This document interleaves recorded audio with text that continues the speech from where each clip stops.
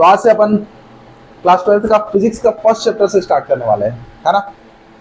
तो first chapter अपना class 12th का फिजिक्स है क्या, वो है अपना क्या, इलेक्ट्रोस्टैटिक।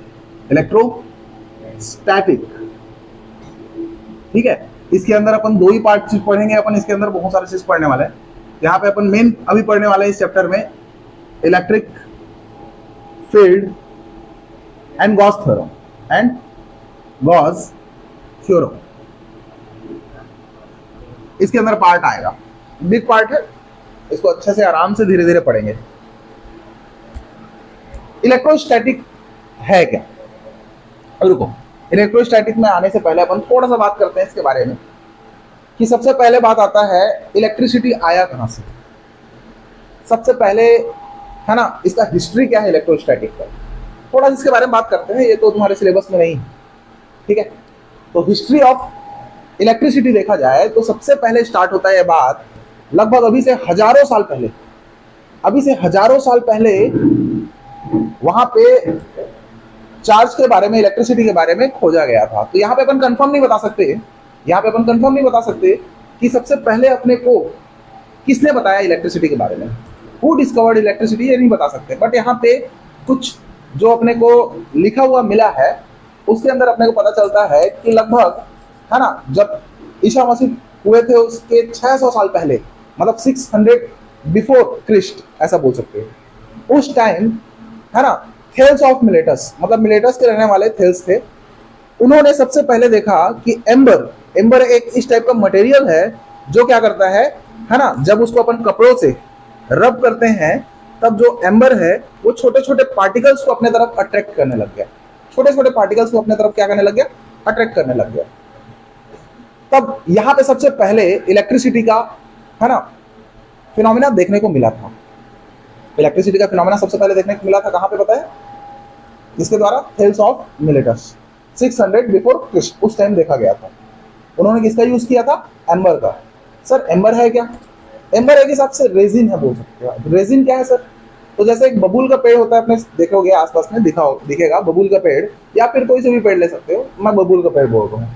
उसमें मान के चलो उसका जो छिलका रहता है उसको काट के निकाल देना, उसके कुछ दिन बाद वहां पे जाके देखना तो वहां पे एक ना, है ना, रेड टाइप से या फिर थोड़ा ट्रांसपेरेंट टाइप का वहां पे कुछ लिक्विड दिखेगा, और कुछ दिन बाद वो लिक्विड जम जाएगा, और जमने के बाद सॉलिड हो जाएगा। वो सॉलिड जो बनता है ना, वो एक हिसाब से ग्लास की तरह या प्लास्टिक की तरह अपने को नजर आता है, बट वो नहीं है, उसको एम्बर बोलते हैं। तो उस एम्बर को क्या करते हैं पता है, अपन क्लॉथ से क्या करते हैं, अपन उसको रब करते हैं, और रब करते हैं तब क्या होता है, वो एम्बर जो है वो क्या करते हैं, छोटे छोटे पार्टिकल्स को अपने तरफ क्या करने लग जाता है, अट्रैक्ट करने लग जाता है। तो उस जमाने में समझो, उस जमाने में ये जादू है टाइप से बोल सकते थे।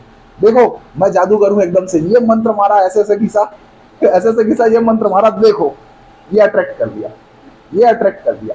तो उस टाइम में अब ना तो उस टेक्नोलॉजी इतना हाई था, ना तो इस टाइम में और कुछ जानते थे, है ना, इसलिए वहां बेवकूफ बनाना आसान था, तो बोल सकते हैं जादू करके।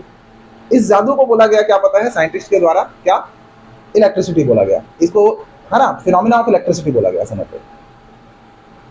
लेकिन देखा जाए जो थेल्स थे वो कोई साइंटिस्ट नहीं थे, ठीक है, कोई फिजिक्स के साइंटिस्ट नहीं है, थोड़ा मैथमेटिक्स, मतलब मैथमेटिशियन थे बोल सकते हो उसको, ठीक है। यहाँ पे अपने को ये पता चल गया कि सबसे पहले यहाँ पे अपने को जो बात किताबों में लिखा हुआ मिलता है वो बात है क्या, कि जो थेल्स ऑफ मिलेटस है वही सबसे पहले अपने को इलेक्ट्रिसिटी के बारे में बताया था। जो एम्बर होता है बच्चों, उसको ग्रीक में बोला जाता है क्या पता है, इलेक्ट्रॉन। एम्बर, है ना, एम्बर एक हिसाब से रेजिन होता है ये, इसको ग्रीक में बोला गया क्या पता है, इलेक्ट्रॉन ऐसा क्या रहता है, इलेक्ट्रॉन, इसको लिखने के बाद ऐसा। अब ये इलेक्ट्रॉन जो वर्ड है, इस वर्ड से पूरा इलेक्ट्रिसिटी बना, पूरा जितना वर्ड इलेक्ट्रिसिटी बना है, जितना इलेक्ट्रोस्टैटिक पढ़ेंगे, हाँ, इलेक्ट्रिसिटी पढ़ेंगे, वो सब कहां से बना है, एम्बर वर्ड से आया है। एम्बर का मतलब इलेक्ट्रॉन, मतलब वहां ग्रीक में बोला जाता था इलेक्ट्रॉन इसको, ठीक है, इस तरीके से आया। यहाँ पे चार्ज का इस टाइप से खोज चालू हुआ। मतलब इलेक्ट्रिसिटी का हिस्ट्री में अपन जाए तो भयानक सारा, बहुत सालों से इसके बारे में पता किया जा रहा है। तो हजारों साल पहले की बात है ये, 1000-2000 साल पहले का, समझ रहे बात। उसके हजार साल बाद लगभग मैं बोलूंगा, यहाँ पे और भी साइंटिस्ट आए थे छोटे मोटे, उन लोग बताते गए, छोटे मोटे नहीं, मतलब उन लोग का भी कंट्रीब्यूशन है। बट मेरे को जो सही लगता है, मेरे को जो अच्छा सा इंफॉर्मेशन है जिसके बारे में, उसके बारे में मैं बताता हूँ। तो देखा जाए तो इसके बाद, इसके लगभग 1000-2000 ईयर बाद, लगभग 1600, है ना, लगभग 1600, जैसे कभी 2000 चल रहा है ना, 2000 कितना चल रहा है, 2024 चल रहा है, तो ये 1600 टाइम बात करूंगा, है ना, ये 1600 टाइम बात करूंगा। इस टाइम तुम्हारा आए थे विलियम गिलबर्ट्स, नाम क्या है, विलियम गिलबर्ट्स, है ना। विलियम गिलबर्ट्स ने देखा कि भैया यहाँ पे सिर्फ एम्बर ऐसा मटेरियल नहीं है जो छोटे छोटे लाइट पार्टिकल्स को क्या करता है, अपने साइड अट्रैक्ट करता है। यहाँ पे उन्होंने ग्लास देख लिया, एबोनाइट को रॉड देख लिया, इन सबको भी अपन क्या करते हैं, है ना, फर से या फिर, है ना, वुलन से क्या करते हैं, उसको रब करते हैं, तो वो छोटे छोटे पार्टिकल्स को अपने तरफ अट्रैक्ट कर जाता है। मतलब कि वहां पे क्या बोला था बताओ, थेल्स ऑफ मिलेटस क्या बोला था अपने को, वो बोला था कि एम्बर को जब अपन क्या करते हैं, क्लॉथ से रब करते हैं, तो वो क्या करता है, छोटे छोटे पार्टिकल्स को अपने तरफ अट्रैक्ट करता है। बट यहां पर 1600 बाद यहां पे कौन आता है बताओ, विलियम गिलबर्ट्स। अब विलियम गिलबर्ट्स जो थे वो बताते हैं कि भैया यहाँ पे सिर्फ एम्बर नहीं है, एम्बर जैसे और भी यहाँ पे बहुत सारे मटेरियल, है ना, बहुत सारे थिंग्स हैं जो क्या करता है बताओ, इस टाइप का अट्रैक्शन फिनोमेना शो करता है। यहाँ पे क्या था उसके जगह उन्होंने देखा, एबोनाइट रॉड देख लो, ग्लास रॉड देख लो, इन सबको, ग्लास रॉड को क्या करते हैं, सिल्क से अपन क्या करते हैं, रब करते हैं, वो भी अट्रैक्ट करने लग जाता है। ठीक है, मतलब अदर मैटर के बारे में भी बताया है कि इन्होंने, विलियम गिलबर्ट्स ने। अब इनके बाद भी बहुत सारे साइंटिस्ट आए, बहुत सारे पार्ट के बारे में बताते गए, लेकिन मैं उसके बाद बड़ा मानता हूं वो है कौन, बेंजामिन फ्रैंकलिन।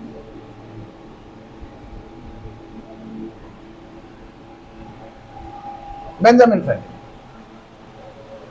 अब बेंजामिन फ्रैंकलिन कौन है, तो बच्चों बेंजामिन फ्रैंकलिन वो है जिन्होंने बताया कि सीधी सी बात है, जो चार्ज होते हैं वो दो टाइप के होते हैं, चार्ज होते हैं दो टाइप का होता है, एक होता है पॉजिटिव चार्ज, एक होता है नेगेटिव चार्ज। एक पॉजिटिव चार्ज होता है, एक नेगेटिव चार्ज। और जो पॉजिटिव चार्ज होता है वो किन्होंने किसको बोला पता है, जब अपन ग्लास रॉड को सिल्क से रब करते हैं, जब ग्लास रॉड को सिल्क से रब करते हैं तो जो ग्लास रॉड होता है वो पॉजिटिवली चार्ज हो जाता है, और जो सिल्क होता है वो नेगेटिवली चार्ज हो जाता है। इसके हिसाब से उन्होंने बताया। तो मैं एक बात बताता हूं, कौन पॉजिटिव कौन नेगेटिव ये आगे से एग्जिस्ट नहीं करता, ये कन्वेंशन, इसको माना जाता है, इसको माना गया है। तो जो बेंजामिन फ्रैंकलिन है उन्होंने माना, सीधी सी बात है, जो ग्लास है वो पॉजिटिव चार्ज होगा और जो सिल्क है नेगेटिव चार्ज है। मतलब उन्होंने बताया चार्ज दो टाइप का होगा, एक पॉजिटिव एक नेगेटिव, जिसमें से, है ना, ग्लास को अपन बोल दिया क्या पॉजिटिव है यहाँ पे, और सिल्क जो है क्या नेगेटिव। कब, जब ग्लास को मैं सिल्क से रब करूंगा, ये ग्लास है और ये सिल्क है, अब इन दोनों को क्या करूंगा बताओ, रब करूंगा, तो रब करने के बाद क्या हो जाएगा, रब करने के बाद ये तुम्हारा क्या हो जाएगा बच्चों, पॉजिटिवली चार्ज हो जाएगा, और ये सिल्क क्या हो जाएगा बताओ, नेगेटिवली चार्ज हो जाएगा। ये बताया। लेकिन बेंजामिन फ्रैंकलिन मेन इसके बारे में नहीं जाना जाता, मतलब इसके बारे में नहीं जानते। मेन बेंजामिन फ्रैंकलिन का नाम आता है उसके नाम से, उनका जो एक पतंग वाला है ना, काइट वाला एक्सपेरिमेंट था, उन्होंने क्या किया पता है, बहुत जिद्दी थे। अब वो ये बताना चाहते थे जो लाइटनिंग हो रहा है स्काई में जो लाइटनिंग हो रहा है ना, वो चार्ज के नाम से हो रहा है, वहां पे नेगेटिव चार्ज हैं, ऐसे उन्होंने बोल रहे थे। लेकिन इस बात को कोई एक्सपेरिमेंटली प्रूफ नहीं कर रहा था। अब प्रूफ नहीं है तो उस बात को कैसे दुनिया मानेगा। तो उन्होंने क्या किया, इस बात को प्रूफ करने के लिए उन्होंने क्या किया, एक काइट बनाया, एक ऐसा स्पेशल टाइप का काइट बनाया जिसको उन्होंने एक मेटल का कॉम उसके अंदर बांध दिया, बांध कर उसको उड़ाने लग गए। क्या करने लग गए, उड़ाने लग गए। कब उड़ाने लग गए, जब यहाँ पे तुम्हारा लाइटनिंग हो रहा है, मतलब बारिश का टाइम चल रहा है ना, और थोड़ा थोड़ा बारिश हो रहा है समझ लो, और यहाँ पे लाइटनिंग हो रहा है पूरा पूरा स्काई में। अब वो क्या कर रहे हैं, अब वो तुम्हारा काइट को उड़ा रहे हैं। अब जब लाइटनिंग हुआ और डायरेक्ट उसके ऊपर पड़ा, और पड़ने के बाद डायरेक्ट उनको कुछ रखे होंगे या फिर उनको करंट पड़ा होगा, किनको, बेंजामिन फ्रैंकलिन को, तब वो ये बात प्रूफ हो गया था कि भैया यहाँ पे एक चार्ज होता है जो मेटल से क्या करता है बताओ, ट्रैवल करता है, और ट्रैवल करके हमारे हाथ में पड़ता है, जिससे करंट लगा उनको। अब देखिए एक बात तुम सोचो, जो लाइटनिंग होता है वो तो ऐसा थोड़ा है कि 1 एम्पियर 2 एम्पियर का रहेगा, मतलब छोटा छोटा करंट रहेगा। और भाई बहुत ज्यादा हाई अमाउंट में चार्ज है जिसके नाम से बहुत ज्यादा करंट होगा, तो करंट आएगा तो जिंदा बचेगा क्या वो। तो बहुत सारे साइंटिस्ट लोग इनका ये बात को मानना बंद कर दिया था कि भैया आप तो गलत बोल रहे हो, आपका ये जो एक्सपेरिमेंट है ये गलत है, आप जिंदा ही नहीं बचते यदि ऐसा रहता तो। ठीक है, बट ये बहुत दिमागदार आदमी थे, इतना बेवकूफ आदमी नहीं थे कि सीधा अपने हाथों से मेटल को पकड़ के उड़ाएंगे। वैसे में जिंदा तो बचना पाया ही नहीं है, ठीक है। तो वो कुछ प्रोटेक्शन यूज किए होंगे, बट उतना मेरे को इन्फॉर्मेशन नहीं है, बस इतना बता दे रहा हूँ इंटरेस्ट के लिए, कैसे हिस्ट्री चालू होता है इलेक्ट्रोस्टैटिक का, ये बता रहा हूँ। यहाँ आप देख सकते हो हिस्ट्री ऑफ इलेक्ट्रोस्टैटिक में बताया था क्या, सबसे पहले चालू होता है बात कहाँ से, एम्बर से। एम्बर वाला एक्सपेरिमेंट सबसे, मतलब एम्बर वाला चीज को सबसे पहले किन्होंने बताया था, थेल्स ऑफ मिलेटस। कब का बात है ये, 600 बिफोर क्रिस्ट, उस टाइम बताया था। क्या किए थे उन्होंने, एम्बर को क्या किया उन्होंने, एक क्लॉथ से रब किया, रब करने के बाद क्या करते थे, छोटे छोटे पार्टिकल्स को अट्रैक्ट कर लेता था, छोटे छोटे पार्टिकल्स को अट्रैक्ट कर लेता, जैसे अपन कंघी करते हैं। अब कंघी करने के बाद छोटे छोटे कागज का टुकड़ा क्या कर लेता है, वो अट्रैक्ट कर लेता है ना, डस्ट पार्टिकल को अट्रैक्ट कर लेता है, उस टाइप का एम्बर अट्रैक्ट कर लेता था। फिर वहां पे मैं बताया क्या, उनके 1000-1500 साल बाद कौन आया बताओ, यहाँ पे विलियम गिलबर्ट्स आए। विलियम गिलबर्ट्स आके अपने को बताया, क्या बताया उन्होंने, उन्होंने ये बताया, हाँ यहाँ पे सिर्फ एम्बर टाइप का ही मटेरियल नहीं है, एम्बर टाइप का बहुत सारे मटेरियल है, जैसे कि ग्लास है, ग्रेनाइट रॉड है, ये सब भी है जो क्या करते हैं, जिसको फर से, है ना, बिल्ली का जो बाल आता है फर से या फिर तुम्हारा सिल्क से क्या करते हैं, रब करते हैं, तो क्या करता है वो भी लाइट पार्टिकल्स को क्या करते हैं बताओ, अट्रैक्ट करते हैं। फिर आते हैं बेंजामिन फ्रैंकलिन। बेंजामिन फ्रैंकलिन बताते हैं अपने काइट एक्सपेरिमेंट, बड़ा उनका फेमस है ना। उससे उन्होंने बताया कि भाई चार्ज होता है यहाँ पे दो टाइप का होता है, एक पॉजिटिव चार्ज होता है, एक नेगेटिव चार्ज होता है। लेकिन यहाँ पे देखा जाए बेंजामिन फ्रैंकलिन का इस एक्सपेरिमेंट से एक बहुत जबरदस्त चीज भी खोज हुआ था, जिसको बोलते हैं लाइटनिंग रॉड। अब लाइटनिंग रॉड मतलब बच्चों यहाँ पे बड़े बड़े शहरों में क्या करते हैं कि लाइटनिंग हो रहा है तो आदमी मान चलो यहाँ पे घूमने जा रहे हैं कहीं पे, या फिर बारिश हो रहा है तो कहीं पे छांव में रुकने के लिए पेड़ के नीचे रुक गए। अब लाइटनिंग हुआ, उसके ऊपर गिर गया, टपक गया आदमी, तो आदमी बच नहीं रहे हैं यहाँ पे, तो लोग बचेंगे कैसे, है ना, मर जा रहे हैं। तो इससे बचने के लिए इन्होंने एक लाइटनिंग रॉड बनाया, जिससे स्पेशल टाइप का रॉड रहता था। जैसे कि यहाँ पे एक बिल्डिंग है, इस बिल्डिंग के ऊपर इस रॉड को लगा दिया जाता था ऐसा। अब लगाने से क्या होता था कि भैया जो चार्ज होता है, चार्ज को फ्लो होने के लिए सबसे इजी पाथ चाहिए रहता है, इजी पाथ जिसमें वो जा सके। समझ गया बात को, जैसे कि मैं पानी के यहाँ बहाऊंगा तो जहाँ पे ढलान ज्यादा रहेगा उधर पानी ज्यादा फ्लो होगा, जहाँ पे स्लोप ज्यादा रहेगा वहां पे पानी ज्यादा फ्लो होगा, और जहाँ पे स्लोप कम होगा वहां पानी फ्लो होगा क्या। अब यहाँ से पहाड़ में पानी चढ़ाऊंगा तो पहाड़ में पानी चढ़ेगा क्या, नहीं। वैसे टाइप से चार्ज भी जहाँ पे उसको इजी पाथ मिलता है वहां से फ्लो करना पसंद करता है। तो यहाँ पे मान चलो लाइटनिंग हो रहा है, तो जो लाइटनिंग होता है बच्चों, वो लाइटनिंग एयर से ग्राउंड में अर्थ में जाना पसंद करेगा कि इस रॉड से अर्थ में जाना पसंद करेगा, तो एयर से जाएगा नहीं, क्योंकि air is a bad conductor of electricity, but इस रॉड से जरूर जाएगा। तो ये रॉड जो लाइटनिंग रॉड होता है, जिसमें लाइटनिंग जब भी होता है तो ये रॉड उसको अट्रैक्ट कर लेता है, इसको सीधा भेज देता है यहाँ पे ग्राउंड में। तो शहरों में इस टाइप से लगा रहता है, इसलिए शहरों में लाइटनिंग से बचा जाता है, वहाँ पे ज्यादा लाइटनिंग से किसी को दिक्कत नहीं पड़ता। बट अपने गाँव एरिया में क्या हो जाते हैं लोग, फिनिश, तो यहाँ पे थोड़ा अपन ना लाइटनिंग रॉड यूज करते हैं, नहीं करते हैं। तो इस तरीके से थोड़ा सा हिस्ट्री ऑफ इलेक्ट्रोस्टैटिक जान के अच्छा लगा होगा, ठीक है। तो हिस्ट्री ऑफ इलेक्ट्रोस्टैटिक मैं तुम लोग को बता दिया थोड़ा सा, जिसका कोई काम नहीं है, बोर्ड से स्कूल से कोई काम का नहीं है, कोई इन्फॉर्मेशन तुम्हारा कोई काम का नहीं है यहाँ पे। हाँ, बट नॉलेज पर्पस ये काम का है, इसके बारे में तुम जान सकते हो। यूट्यूब में और बेहतर तरीके से इसका वीडियो डाला हुआ है, हिस्ट्री ऑफ इलेक्ट्रोस्टैटिक सर्च मारोगे तो और बेहतर टीचर्स हैं जो बता देंगे। मैं बस थोड़ा सा ऐसी बात किया।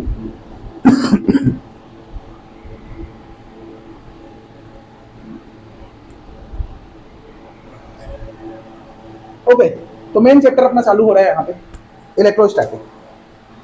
तो इलेक्ट्रोस्टैटिक है क्या, सबसे पहले यही जाना है अपने को, इलेक्ट्रोस्टैटिक है क्या।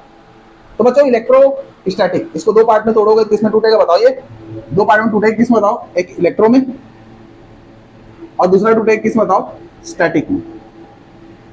इलेक्ट्रॉन में टूटेगा और स्टैटिक में टूटेगा। तो इलेक्ट्रो मतलब क्या हो गया, इलेक्ट्रो मतलब बच्चा इलेक्ट्रॉन, इलेक्ट्रो मतलब इलेक्ट्रॉन, इलेक्ट्रॉन मतलब क्या होता है, ये चार्ज होता है। इलेक्ट्रॉन मतलब क्या है, चार्ज है, मतलब चार्ज का एक पार्ट होता है इलेक्ट्रॉन।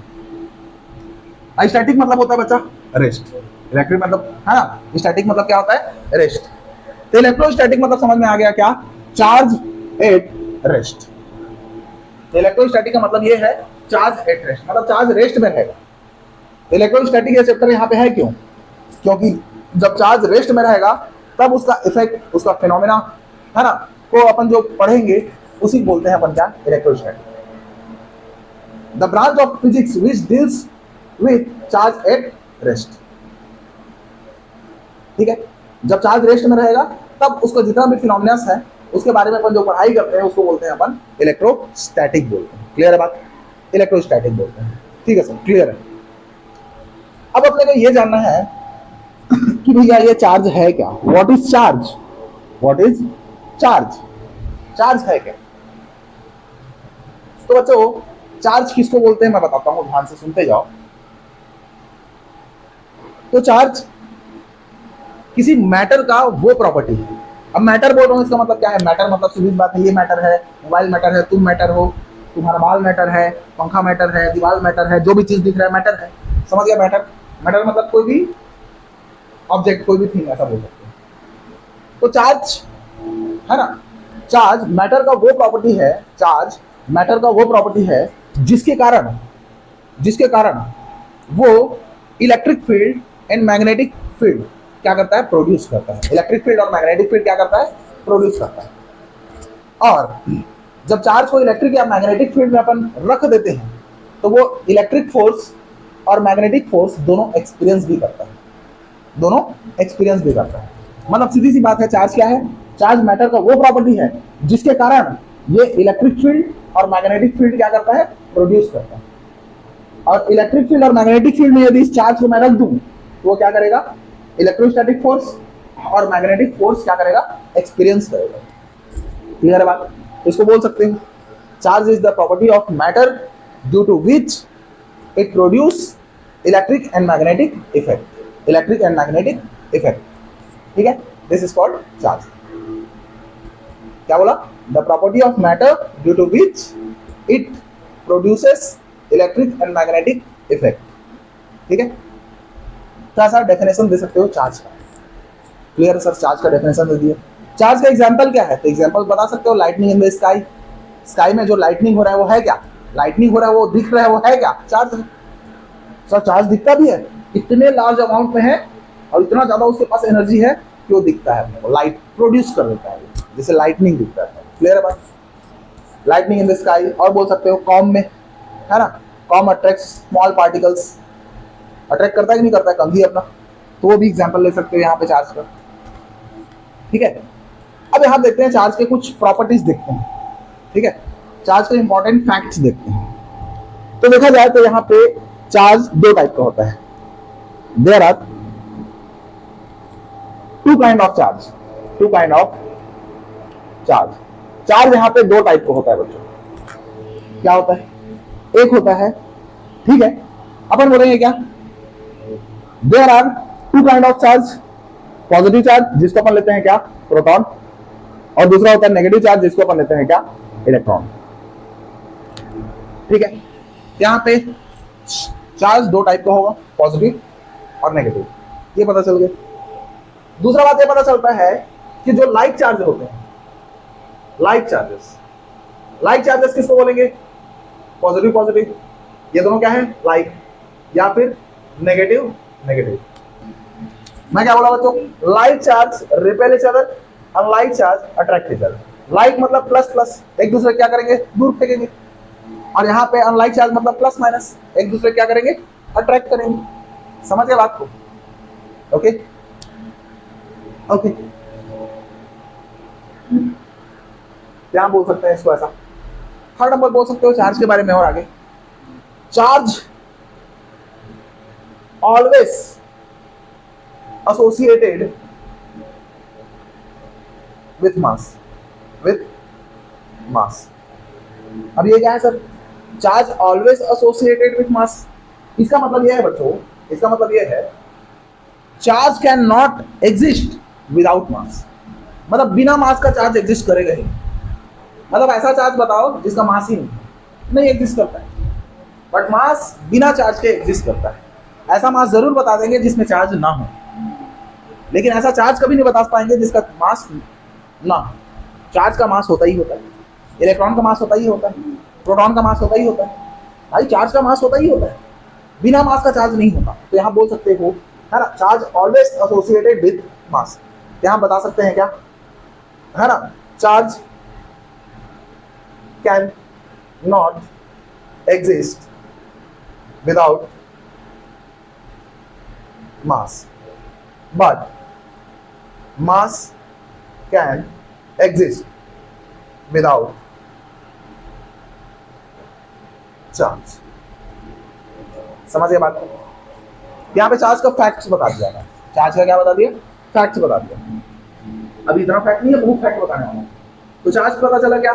चार्ज यहाँ पे दो टाइप का होता है, पॉजिटिव चार्ज, नेगेटिव चार्ज। दो पॉजिटिव चार्ज या दो नेगेटिव चार्ज है, उसको क्या बोलेंगे अपन? Like charge. और लाइक चार्ज हमेशा क्या करता है? रिपेल इच अदर, एक दूसरे को दूर फेंकते है ना। और अनलाइक चार्ज मतलब कि पॉजिटिव और नेगेटिव है या नेगेटिव और पॉजिटिव है, वो एक दूसरे को हमेशा क्या करेंगे? अट्रैक्ट करेंगे, एक दूसरे को खींचेंगे, पास लाएंगे।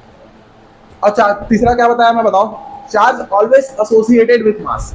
अब ये लाइन से तुमको कुछ समझ नहीं आया, बट उसका नीचे लिखा है, उसको देखो। Charge can not exist without mass. Charge बिना मास का एग्जिस्ट करेगा ही नहीं, बट मास बिना चार्ज का एग्जिस्ट कर सकता है। तो वही लाइन का मतलब है। ठीक है, इधर को मिटाएं। अब आगे बढ़ते हैं, फोर्थ नंबर देखते हैं। Charge is an invariable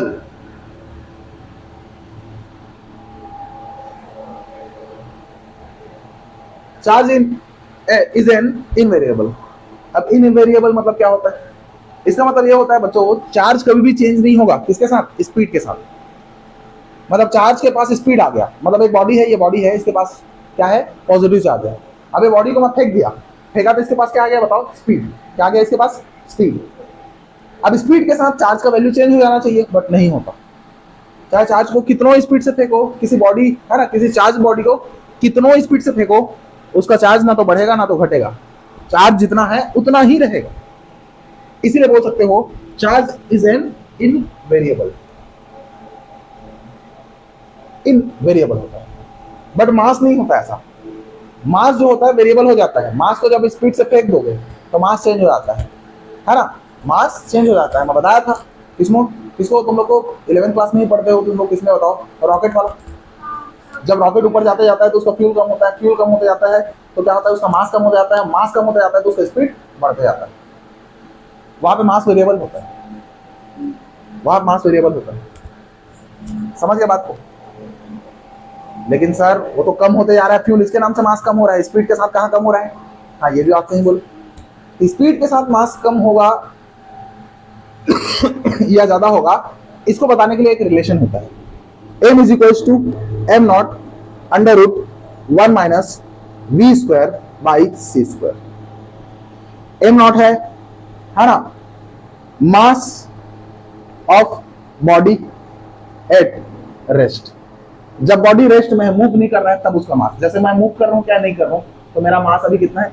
84 kg, ऐसा बोल सकते हो। सी है ना, वी क्या है? Speed of body. Speed of body, V क्या है? Speed of body. सी क्या है? Speed of light. Speed of light. Clear है बात? अब यहां पे देखो बच्चों, बॉडी रेस्ट में रहेगा तो इसका v का वैल्यू क्या हो जाएगा? 0। अब ये 0 हो जाएगा खत्म, तो मास किसके इक्वल आएगा? m नॉट के। तो भाई जब बॉडी रेस्ट में रहेगा तो 84 kg है तो 84 kg ही रहेगा ना, वो चेंज थोड़ा हो जाएगा। बट उसी बॉडी को जब बच्चों स्पीड से फेंक दोगे तब बदल जाएगा कहानी। कैसे? जब इस स्पीड को v को है ना ऑलमोस्ट स्पीड ऑफ लाइट के आसपास फेंक दो। स्पीड ऑफ लाइट कितना होता है? 3 × 10⁸ मीटर पर सेकेंड। अब तुम इस बॉडी को फेंक रहे हो, जिस बॉडी को फेंक रहे हो उस बॉडी का स्पीड ऑफ लाइट का हाफ कर दो। हाफ कर दोगे क्या हो जाएगा? हाफ कर दोगे क्या हो जाएगा? m not under root 1 minus v का वैल्यू कितना रखना है? c/2, तो c²/4, नीचे में c², ये दोनों कटा, तो m not by under root 1 minus 1/4। बच्चों इसको सॉल्व करोगे कितना आएगा? अंडर रूट 3/4, 4 का 2 ऊपर चल देगा और नीचे √3 m नॉट। तो देखो ये मास कितना है? 84 kg है, ये 2 है, √3 का वैल्यू 1.71 कुछ आएगा, 732 होता है। अब इसको कटाओगे तो ये 1 पॉइंट समथिंग कुछ आएगा, 1.2 कुछ आएगा, कुछ भी आएगा, है ना। अब मल्टीप्लाई करोगे तो 84 से बढ़ के कितना हो जाएगा पता है बच्चों? ये 90 के आसपास हो जाएगा। तो देखो 84 का वेट था रेस्ट में जब था, अब स्पीड में आया तो इसका वेट बढ़ गया, उसका वेट बढ़ गया। और स्पीड ऑफ लाइट को बढ़ा सकते हो तुम लोग। यहाँ पे कितना कर दो बताया? इसको c/3 भी कर सकते हो। अब c/3 करोगे कितना आएगा देख लो यहाँ।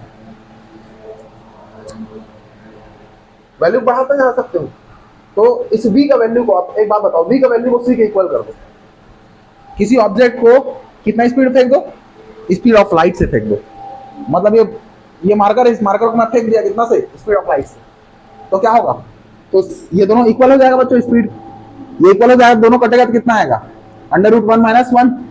तो m0 1 - 1 क्या होता है, 0, और 0 से डिवाइड करते हैं कितना आएगा, उस बॉडी का वेट कितना हो जाएगा पता है, इन्फिनिटी। बट फैक्ट ये है, आज तक ऐसा कोई मास या बॉडी नहीं है जिसको स्पीड ऑफ लाइट से फेंका जा सकता है, या हम ह्यूमन ऐसा कोई टेक्नोलॉजी इतना ज्यादा एडवांस नहीं हुआ है कि अपन किसी भी ऑब्जेक्ट को स्पीड ऑफ लाइट से फेंक सके, इम्पॉसिबल। ठीक है। और दूसरा बात, यदि कोई सा भी बॉडी उतना स्पीड अचीव कर लिया, तो वो जो मास है E = mc²। यहां पे जो एनर्जी प्रोड्यूस होगा बच्चों, वो इतना ज्यादा होगा जिसका कंपेरिजेबल नहीं है। तो इतना समझ लो, कोई भी बॉडी कभी भी स्पीड ऑफ लाइट को अचीव नहीं कर सकता। अब देखो मैं कहां पढ़ा रहा था और कहां पहुंच बताते बट ये बात समझो, मैं एक बात बताया, क्या बात बताया बच्चों, चार्ज जो होता है स्पीड के साथ चेंज नहीं होता, बट मास जो होता है स्पीड के साथ चेंज हो जाता है। क्या बोला, चार्ज जो होता है स्पीड के साथ चेंज नहीं होता, बट मास स्पीड के साथ चेंज हो जाता है। अब देखो, सबसे पहले मैं बोलूंगा पॉजिटिव चार्ज किसको बोलते हैं। कोई बॉडी कब पॉजिटिव चार्ज होगा, तो याद रखना, जब कोई बॉडी इलेक्ट्रॉन लूज करता है तब वो पॉजिटिवली चार्ज हो जाता है। तो इलेक्ट्रॉन लूज करता है कौन, बॉडी, तब क्या हो जाता है, बॉडी गेट पॉजिटिवली चार्ज। तो मैं क्या बोला यहाँ पे, मान के चलो ये एक बॉडी है बच्चा। अब ये बॉडी क्या किया, अपने से एक इलेक्ट्रॉन को क्या कर दिया, लूज कर दिया। मतलब क्या हो जाएगा, इसमें पॉजिटिव चार्ज आ जाएगा और ये इलेक्ट्रॉन को खो देगा। समझ रहे बात को, या फिर ऐसे समझो, ऐसे नहीं समझ रहे हो तो मान चलो एक सोडियम है बच्चा, क्या ये सोडियम है। अब सोडियम क्या किया, अपने में से एक इलेक्ट्रॉन को निकाल दिया, तो इसमें क्या आ जाएगा, पॉजिटिवली चार्ज। तो सोडियम कैसे पॉजिटिवली चार्ज हुआ, जब सोडियम एक इलेक्ट्रॉन को क्या किया बताओ, लूज किया, इलेक्ट्रॉन क्या किया, लूज किया, तब उसमें क्या आ गया, positively charge. What is the definition of positive charge, ऐसे बोलेंगे तुम बता सकते हो, व्हेन एनी बॉडी या any substance loose electron, then that body or substance get positively charged। ठीक है। तो कोई बॉडी या सब्सटेंस कब पॉजिटिवली चार्ज होता है, जब वो एक इलेक्ट्रॉन लूज करता है। एक इलेक्ट्रॉन नहीं, कितने इलेक्ट्रॉन लूज करे, इलेक्ट्रॉन जितना भी इलेक्ट्रॉन लूज करेगा उतना उसके पास क्या आएगा, पॉजिटिव चार्ज आएगा। और नेगेटिव चार्ज किसको बोलते हैं, बताओ, जब वो इलेक्ट्रॉन क्या करता है बच्चों, गेन करता है, गेनिंग ऑफ इलेक्ट्रॉन, है ना, gaining of electron by body, है ना, then body get negatively charge. Body negatively charge कब होगा, जब वो इलेक्ट्रॉन गेन करेगा। समझ गए बात को, मतलब कि मान चलो यहाँ पे क्या है, यहाँ पे क्लोरीन है बच्चा, क्या है, क्लोरीन। अब क्लोरीन को मैं एक इलेक्ट्रॉन दे दिया, तो क्लोरीन को एक इलेक्ट्रॉन देते ही क्लोरीन में क्या आ जाएगा, नेगेटिव चार्ज आ जाएगा। तो क्लोरीन क्या किया बताएं, गेन किया, क्या गेन किया, इलेक्ट्रॉन, और गेन करने के नाम से क्या हो गया बताइए, नेगेटिवली चार्ज हो गया। क्या हो गया, नेगेटिवली चार्ज हो गया। और यहाँ पे देखो सोडियम क्या किया, लूज किया, जिससे है ना, सोडियम क्या हो गया, पॉजिटिवली चार्ज हो गया। तो समझ में आ गया, गेनिंग ऑफ इलेक्ट्रॉन से क्या होगा, बॉडी नेगेटिवली चार्ज होगा, है ना, एंड लूजिंग ऑफ इलेक्ट्रॉन से क्या हो जाएगा, बॉडी पॉजिटिवली चार्ज हो जाएगा। तो gaining of electron negative charge लाएगा और लूजिंग ऑफ इलेक्ट्रॉन क्या करेगा बताओ, पॉजिटिव चार्ज लाएगा। इस तरीके से जान सकते हो पॉजिटिव चार्ज और नेगेटिव चार्ज किसको बोलते हैं। क्लियर है बात, दिमाग में रहेगा, बोलोगे थोड़ा एकदम ध्यान से सुनो, गजब कलेक्शन है, तुमको इतना इन्फॉर्मेशन एक जगह नहीं मिलेगा जितना इन्फॉर्मेशन यहाँ पे दूंगा अभी। हाँ, नोट्स वोट्स पढ़ के मिल सकता है किसी जगह, नहीं एक जगह तो नहीं मिलेगा, क्योंकि लोग इसमें बात ही नहीं करते, इससे क्वेश्चन ज्यादा बनता ही नहीं करते। जितना इंपॉर्टेंट थिंग है उसे बता देते हैं। डायरेक्ट प्रॉपर्टीज ऑफ चार्ज बता देते हैं, एडिटिविटी, कंजर्वेटिव, है ना। और एक और आता है क्या, क्वांटाइजेशन, उसको बताएंगे, काम खत्म। देखो आगे आगे देखेंगे तो यहाँ पे कौन सा नंबर है, 5th। मान चलो जब कोई बॉडी या सब्सटेंस इलेक्ट्रॉन लूज करता है, मतलब पॉजिटिवली चार्ज होता है, तब बच्चों उसका मास बढ़ेगा कि घटेगा। तो देखो इलेक्ट्रॉन के पास मास होता है कि नहीं होता है, होता है। तो इलेक्ट्रॉन के पास मास होगा, अब कोई इलेक्ट्रॉन अपने में से खोएगा तो मास उससे बाहर निकलेगा, बाहर निकलेगा तो उसका मास क्या हो जाएगा बताओ, कम हो जाएगा। क्या हो जाएगा, कम। तो जब कभी भी वो इलेक्ट्रॉन लूज करता है, जब बॉडी इलेक्ट्रॉन लूज करता है, हाँ, या फिर बॉडी पॉजिटिवली चार्ज होता है, तब उस बॉडी का मास क्या हो जाता है बताओ, कम हो जाता है। क्या हो जाता है, कम हो जाता है। और जब बॉडी इलेक्ट्रॉन गेन करता है, इलेक्ट्रॉन क्या करता है, गेन करता है। इलेक्ट्रॉन जब गेन करेगा तब क्या हो रहा है, इलेक्ट्रॉन उसके पास आ रहा है, तो इलेक्ट्रॉन के पास मास है, मेरा खुद का मास है, इलेक्ट्रॉन का मास भी मेरे पास आया, तो मेरा मास क्या हो जाएगा, बढ़ जाएगा। लेकिन मुद्दा यह है, इलेक्ट्रॉन इतना लाइट पार्टिकल है, इतना लाइट पार्टिकल है, इतना लाइट पार्टिकल है कि मास कितना कम हुआ या कितना बढ़ा उसके चार्जिंग होने से उससे फर्क नहीं पड़ता। क्योंकि देखो 5वां नंबर में बताया क्या, इफ बॉडी, है ना, और सब्सटेंस, इफ बॉडी और सब्सटेंस, है ना, गेट पॉजिटिवली चार्ज, या फिर बोल सकते हो क्या, लूज इलेक्ट्रॉन। पॉजिटिवली चार्ज हुआ है या फिर क्या किया है बताओ, इलेक्ट्रॉन को लूज किया है। भाई इलेक्ट्रॉन को लूज करेगा तभी तो पॉजिटिवली चार्ज होगा। देन मास ऑफ बॉडी, है ना, रिड्यूस्ड, बॉडी का मास क्या हो जाएगा, रिड्यूस हो जाएगा। मतलब ये बॉडी का मास है बच्चा। अब ये क्या किया पता है, अपने में से इलेक्ट्रॉन लूज कर दिया और ये पॉजिटिवली चार्ज हो गया, तब क्या होगा पता है, तब क्या होगा पता है, मान चलो इलेक्ट्रॉन का मास कितना, डेल्टा है, कितना है, डेल्टा है, और इसका मास m है, तो इसका मास कितना होगा, m माइनस डेल्टा है। समझ में आया बात, इलेक्ट्रॉन निकला तो उसका मास निकल गया, जिससे इसका मास कम हो गया।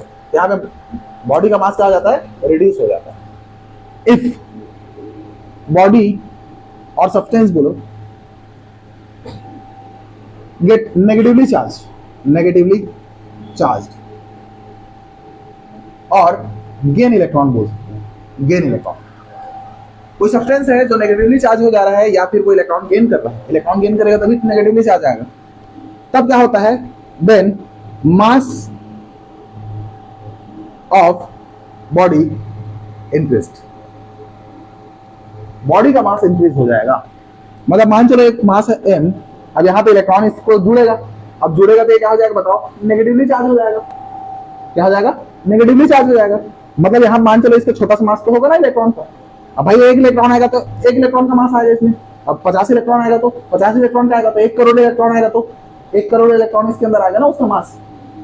तो यहाँ पे इसका मास जुड़ जाएगा, जिससे इसका मास कितना हो जाएगा, कैपिटल M प्लस डेल्टा। तो देखो मास इंक्रीज होता है कब, जब वो नेगेटिवली चार्ज होता है, और मास डिक्रीज होता है कब, जब वो पॉजिटिवली चार्ज होता है।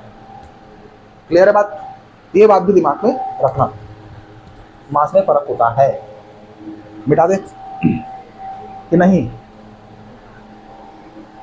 समझ में आता जा रहा है।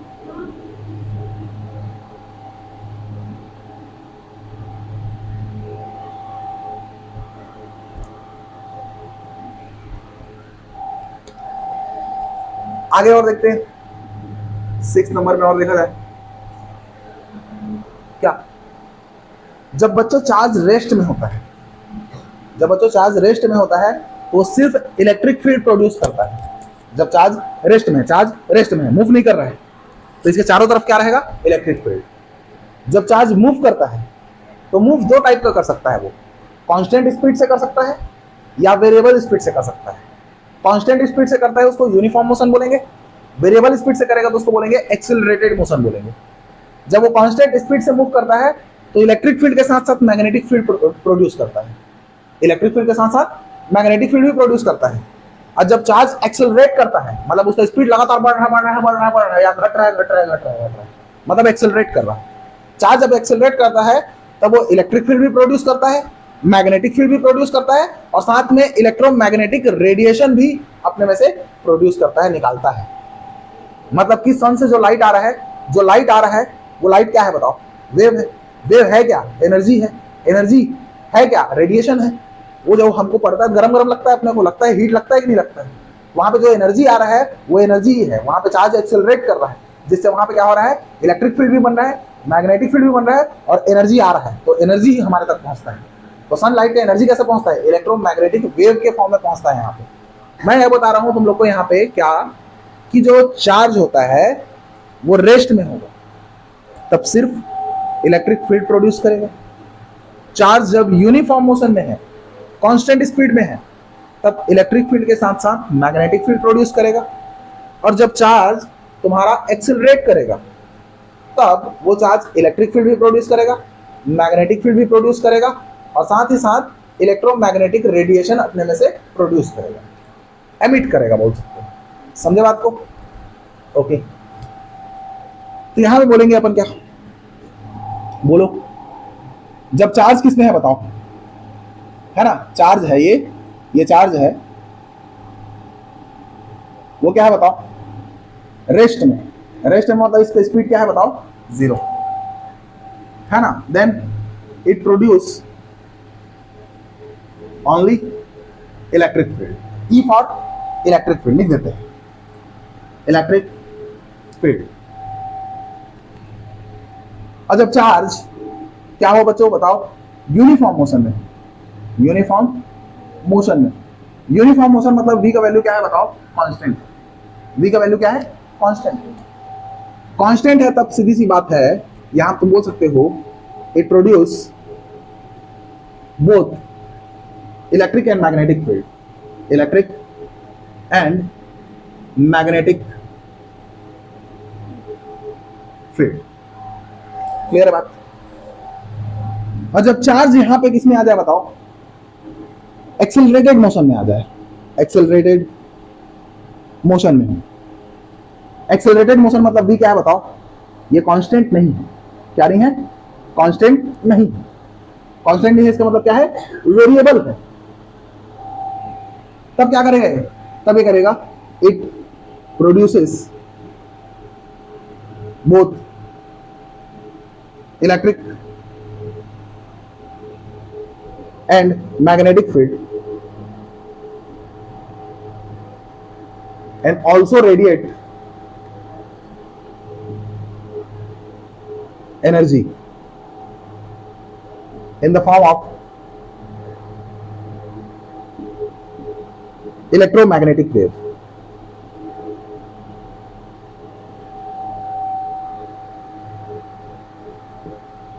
In the form of electromagnetic wave.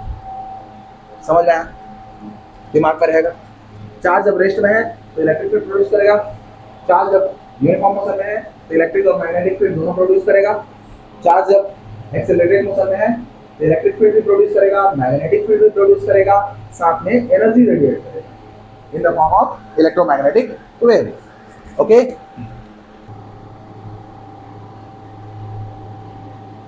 Charge जो होता है ट्रांसफरेबल होता है। Charge is transferable. चार्ज एक बॉडी से दूसरे बॉडी में ट्रांसफर किया जा सकता है और यहां पे ट्रांसफर होता है सिर्फ किसका पता है ना? इन कंडक्टर क्या होता है? इलेक्ट्रॉन ही क्या होता है तुम्हारा बताओ? ट्रांसफर होता है। कंडक्टर क्या बोल रहे हैं? सिर्फ यहां पे इलेक्ट्रॉन ही क्या करता है बताओ? मूव करता है। सर प्रोटॉन क्यों नहीं करता? अब देखो यहां पे जनरली अपन पढ़ने वाले हैं फिजिक्स में, तो यहां पे लिक्विड तो रहेगा नहीं, है ना? लिक्विड तो रहेगा नहीं, सॉलिड ही रहेगा। अब सॉलिड कैसा रहता है? सॉलिड मान चलो कंडक्टर सॉलिड है। अब सॉलिड है तो सॉलिड के अंदर क्या होता है बताओ? ये कंडक्टर है, कंडक्टर का बच्चा ये एटम है। इस एटम के अंदर मान के चलो यहाँ पे एक न्यूक्लियस है। इस न्यूक्लियस के चारों तरफ क्या है बताओ? ऑर्बिट है, जहां पे क्या कर रहा है? इलेक्ट्रॉन क्या कर रहा है? चक्कर लगा रहा है। इस न्यूक्लियस के अंदर दो चीज पाया जाता है, न्यूट्रॉन और क्या पाया जाता है? प्रोटॉन। क्या पाया जाता है? न्यूट्रॉन और प्रोटॉन। किसके अंदर? न्यूक्लियस के अंदर। और इसके चारों तरफ कौन? इलेक्ट्रॉन क्या कर रहा है बताओ? इसका रिवॉल्व कर रहा है। अब देखोगे इस न्यूक्लियस के अंदर जो प्रोटॉन होता है वो न्यूक्लियर फोर्स से बंधा हुआ रहता है। यहाँ पे बहुत ज्यादा फोर्स ऑफ अट्रैक्शन रहता है। क्यों? क्योंकि न्यूक्लियर फोर्स जानते हो स्ट्रॉन्गेस्ट फोर्स है। पूरे पूरे अपन जितना यूनिवर्स पढ़ते हैं, जितना भी फोर्स है उसमें सबसे बाहुबली फोर्स कौन है? Nuclear force. उसके बाद कौन होता है? Electrostatic force. उसके बाद कौन होता है? Gravitational force. उसके बाद कौन होता है? Weak force. तो स्ट्रॉन्गेस्ट फोर्स कौन सा? Nuclear force. यहाँ पे न्यूक्लियर फोर्स रहता है। Neutron proton, proton proton, neutron neutron के बीच में क्या होता है? न्यूक्लियर फोर्स होता है, जिसके नाम से बहुत स्ट्रॉन्ग फोर्स ऑफ अट्रैक्शन से बंधा हुआ रहता है। अब ये इलेक्ट्रॉन को मेरे को यहाँ से मूव कराना है तो निकल पाएगा क्या? इलेक्ट्रॉन यहाँ से मूव करेगा ही नहीं। अब इलेक्ट्रॉन यहाँ से मूव करेगा ही नहीं, सॉरी इलेक्ट्रॉन बोलता हूँ, ये जो प्रोटॉन है, प्रोटॉन न्यूक्लियस से मैं बाहर निकालना चाहूँ तो प्रोटॉन यहाँ से निकलेगा क्या? नहीं निकलेगा। क्यों? क्योंकि यहाँ पे स्ट्रॉन्ग फोर्स ऑफ अट्रैक्शन है। लेकिन यहाँ पे इलेक्ट्रॉन जो है वो तो फ्री है। इलेक्ट्रॉन जो है तो फ्री है, यहाँ पे कोई इलेक्ट्रॉन को थोड़ा फोर्स लगा कर रखा है। फोर्स है इन दोनों के बीच में। क्या फोर्स है? Electrostatic force, but nuclear force नहीं है। बट इस इलेक्ट्रॉन को यहाँ से निकाला जा सकता है, या इस इलेक्ट्रॉन नहीं निकाल सकते थे, इसके बाहरी ऑर्बिट में और इलेक्ट्रॉन है, इसके बाहरी ऑर्बिट में और इलेक्ट्रॉन है। तो जो सबसे आउटर मोस्ट ऑर्बिट रहता है वहां पर का एनर्जी इलेक्ट्रॉन को बहुत कम होता है। तो यहाँ पर का इलेक्ट्रॉन को तुम सट से निकाल लोगे, यहाँ पर को थोड़ा ज्यादा एनर्जी देख निकालोगे, यहाँ पर को बहुत ज्यादा एनर्जी देख निकालना पड़ेगा इलेक्ट्रॉन को। और प्रोटॉन को निकालना है तो हो ही नहीं पाएगा, बहुत ही ज्यादा यहाँ पे एनर्जी इन्वेस्ट करना पड़ जाएगा। जितना मेरे को एनर्जी चाहिए उससे ज्यादा मेरा इन्वेस्ट हो जाएगा उसके पीछे। जितना एनर्जी उससे चाहिए उससे ज्यादा एनर्जी मैं उसके ऊपर लगा दूंगा। समझ रहे हो? 5 रुपए का सामान चाहिए और मैं 100 रुपए में ला रहा हूँ, धिक्कार है मेरे ऊपर। मैं 100 रुपए में काहे लो? 5 रुपए है भाई, 6 रुपए में ले सकते हैं, उससे ज्यादा नहीं हो पाएगा। 5 रुपए ही में मिले ना। ओके, तो चार्ज इज ट्रांसफरेबल होता है, समझ में आ गया होगा तुम लोग को। और यहाँ पे क्या है, जो ट्रांसफर होता है वो कौन होता है बताओ? इलेक्ट्रॉन। प्रोटॉन नहीं होगा कभी भी, प्रोटॉन कभी भी ट्रांसफर नहीं होगा। ये बात क्लियर है कि नहीं क्लियर है? क्लियर है सर, है ना। और यहाँ पे जो सिमेट्रिक शेप होता है, सिमेट्रिक क्या होता है? शेप होता है, या शेप की जगह बॉडी डाल देता हूं। सिमेट्रिक बॉडी मतलब समझ गए बच्चों? स्फेरिक, स्फीयर हो गया, रिंग हो गया, समझ गए बात को? इस टाइप का जो बॉडीज है, उस बॉडी में जो है ना, जो चार्ज है ना, यूनिफॉर्म डिस्ट्रीब्यूट होता है, यूनिफॉर्मली डिस्ट्रीब्यूट होता है over its surface, over its surface. तो जो चार्ज होता है यूनिफॉर्मली डिस्ट्रीब्यूट होता है किसमें बताओ? है ना, उसके सरफेस में। तो ये मान चलो एक कंडक्टर है, ये क्या है बच्चा? एक कंडक्टर है। अब इसको मैं मान के चलो क्या दे दिया बताओ? चार्ज दे दिया। इसको क्या दे दिया? चार्ज। अब चार्ज दिया तो यहाँ पे क्या हो जाएगा? चार्ज इसके सरफेस में क्या हो जाएगा? यूनिफॉर्मली डिस्ट्रीब्यूट हो जाएगा। यूनिफॉर्मली क्या हो जाएगा? डिस्ट्रीब्यूट हो जाएगा। मतलब यहाँ पे इतना एरिया में कितना चार्ज है तो तुम बोलोगे 1 कूलम, तो इतना एरिया में भी कितना होगा? 1 कूलम। यहाँ भी कितना होगा? 1 कूलम। यूनिफॉर्मली मतलब हर जगह इक्वल, हाँ इक्वली क्या हो जाएगा? वहां पे डिस्ट्रीब्यूट हो जाएगा। अब यहाँ मान चलो इररेगुलर शेप में क्या होगा? इररेगुलर शेप में, तो इररेगुलर शेप है ना बॉडी में क्या होगा? इररेगुलर शेप बॉडी में क्या होता है बच्चों पता है? वहां पे चार्ज यूनिफॉर्मली डिस्ट्रीब्यूट नहीं होता। वहां पे क्या होता है, जैसे कि मान चलो यहाँ पे इस टाइप का है ऐसा। अब इररेगुलर शेप है, देख लो, इधर नुकीला, इधर देखो तो गोल गोल दिख रहा है, ठीक है। यहाँ पे क्या होता है? यहाँ पे चार्ज जो होता है, जहां पर रेडियस ऑफ कर्वेचर, जहां पे रेडियस ऑफ कर्वेचर ज्यादा होता है वहां पे चार्ज कम होगा, कम डिस्ट्रीब्यूट होगा। और जहां पे रेडियस ऑफ कर्वेचर ज्यादा होगा, कम होगा, वहां पे चार्ज क्या हो जाता है? कुछ ज्यादा ही डिस्ट्रीब्यूट होगा। मतलब देखा जाए तो इधर क्या है चार्ज, यहाँ पे चार्ज का डेंसिटी इधर क्या है? कम। और यहाँ पे चार्ज का डेंसिटी क्या है? बहुत ज्यादा। क्यों? क्योंकि यहाँ पे रेडियस ऑफ कर्वेचर कम है। क्यों सर? यहाँ पर कर्वेचर देखो कितना शार्प है, कितना शार्प है। हम गोल बनाओगे तो छोटू सा रेडियस ऑफ कर्वेचर, यहाँ पर देखो इतना बड़ा है, तो इसका रेडियस ऑफ कर्वेचर निकालोगे तो इतना बड़ा आएगा। तो देखो ये छोटा सा, ये बड़ा सा। तो रेडियस ऑफ कर्वेचर जहां पर ज्यादा होगा वहां पर चार्ज का डेंसिटी क्या होगा? कम। और जहां पर रेडियस ऑफ कर्वेचर कम होगा वहां पे क्या होगा? चार्ज का डेंसिटी ज्यादा। यहां बोल सकते हो क्या कि इररेगुलर शेप में क्या होता है, जो है ना चार्ज डेंसिटी होता है, चार्ज डेंसिटी होता है वो क्या होता है? Inversely proportional to radius of curvature, inversely proportional to radius of curvature. समझ में आया? जहां पे रेडियस ऑफ कर्वेचर कम होगा वहां पे चार्ज डेंसिटी ज्यादा, वहां पे चार्ज ज्यादा डिस्ट्रीब्यूट होगा। और जहां पे रेडियस ऑफ कर्वेचर ज्यादा होगा वहां पे चार्ज कम डिस्ट्रीब्यूट होगा। क्लियर है बात? ये बात पता होना चाहिए अपने को, ठीक है। ये बात को हम बताऊंगा भी। यूनिफॉर्मली डिस्ट्रीब्यूशन ऑफ चार्ज एक टॉपिक आएगा, वहां पे 3 टाइप का चार्ज डिस्ट्रीब्यूशन होता है, linear charge distribution, surface charge distribution, और एक होता है volume charge distribution. 11th class में इसी को इस टाइप से पढ़े हो तुम लोग, linear mass density, surface mass density, volume mass density. यहाँ पे मास की जगह चार्ज है, यहाँ बोल सकते हो linear charge density, surface charge density और वॉल्यूम चार्ज डेंसिटी। इस तरीके से होता है। क्लियर है बात? ठीक है, तो यहाँ पे इतने सारे मैं तुम लोग को बता दिया चार्ज के कुछ प्रॉपर्टीज के बारे में बता दिया, इतने सारे चार्ज के फैक्ट्स के बारे में बता दिया। ठीक है, अब यहाँ पे अपन देखने वाले हैं चार्ज का यूनिट क्या होता है। और प्रॉपर्टी देखो चार्ज का, बोल सकते हो चार्ज क्या है बताओ, एक स्केलर क्वांटिटी है। चार्ज क्या है? स्केलर क्वांटिटी है। यहाँ बता सकते हो, और लिखो तो लिख सकते हो, charge is a scalar quantity. Charge क्या होता है? स्केलर क्वांटिटी होता है। ठीक है, चार्ज के पास कोई डायरेक्शन नहीं होगा।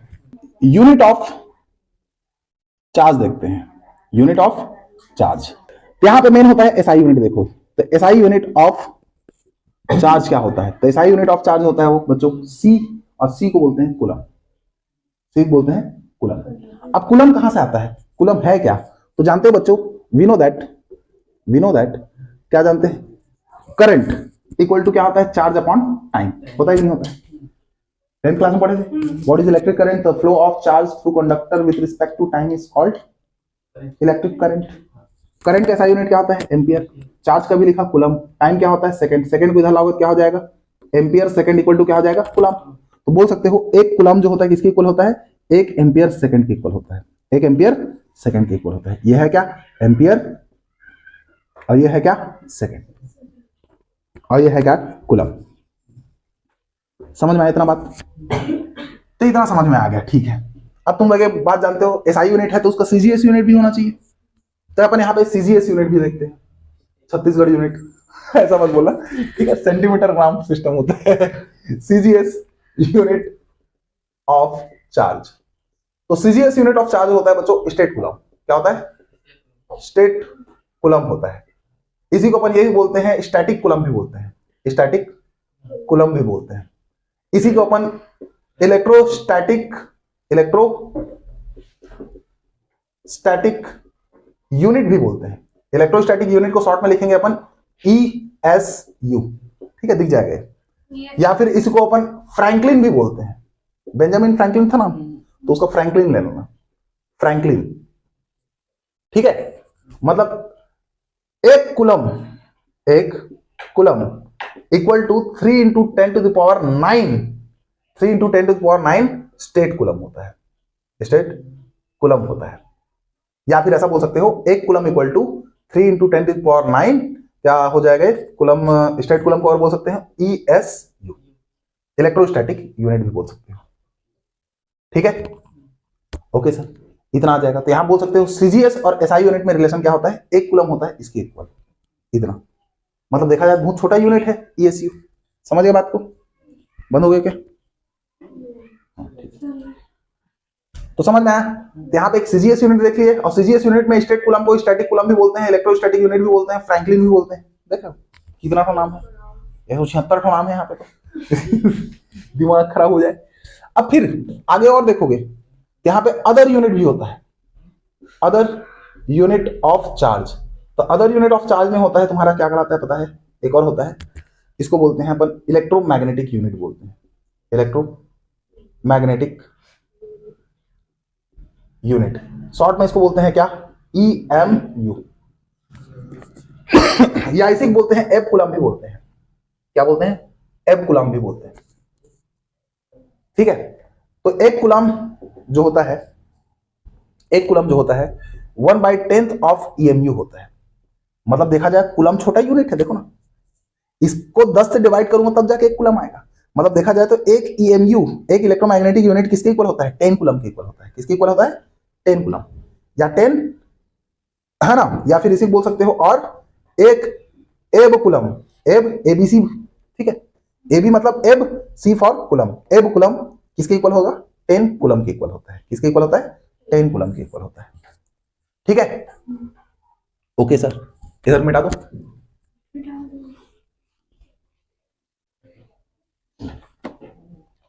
आगे देखते हैं, तो आगे और क्या आएगा तुम्हारा? इसके बाद लार्जेस्ट यूनिट ऑफ चार्ज क्या होता है? सबसे लार्जेस्ट यूनिट ऑफ चार्ज क्या होता है? तो लार्जेस्ट यूनिट ऑफ चार्ज होता है बच्चों, क्या पता है? फैराडे होता है। क्या होता है? फैराडे। फैराड और फैराडे में डिफरेंस है। नेक्स्ट चैप्टर में कैपेसिटर पढ़ाऊंगा, कैपेसिटेंस का ऐसा यूनिट होता है फैराड, और उसको फैराडे भी समझते हैं आदमी। नहीं भाई, फैराड अलग है, फैराडे अलग है, ये फैराडे है। ठीक है, लार्जेस्ट यूनिट ऑफ चार्ज होता है एक फैराडे इक्वल टू कितना होता है पता है? एक फैराडे इज इक्वल टू होता है कितना? 96,500 कूलम होता है। ये लार्जेस्ट यूनिट है, ये प्रैक्टिकल लाइफ में यूज होता भी है, ठीक है। और स्मॉलेस्ट यूनिट क्या होता है? Smallest unit of charge Franklin होता है। क्या होता है? फ्रैंकलिन। और एक फ्रैंकलिन इक्वल टू कितना आता है? एक फ्रैंकलिन इक्वल टू आता है तुम्हारा कितना पता है बच्चों? तो इसको डिवाइड कर दो तो 1 अपॉन, इसको नीचे हम लाओगे कितना आएगा? 1 अपॉन 3 इंटू 10 का पावर 9, और है ना, इतना कूलम आएगा। और इसको डिवाइड करके लिखो तो कितना आएगा? 3.33 इंटू 10 का पावर -10 कूलम आता है एक फ्रैंकलिन इक्वल टू। ये ऊपर जाकर -9 होगा। 1/3 कितना होता है? 0.333। डेसिमल को एक पीछे ले जाओगे तो एक बढ़ जाएगा इसमें, तो 9 से 10 हो जाता है। इस टाइप से आता है। अब देख रहे हो चार्ज के बारे में कितना सारा यूनिट, बोला था इतना सारा बताऊंगा दिमाग खराब हो जाएगा। ठीक है, आज का लेक्चर यहीं स्टॉप करते हैं।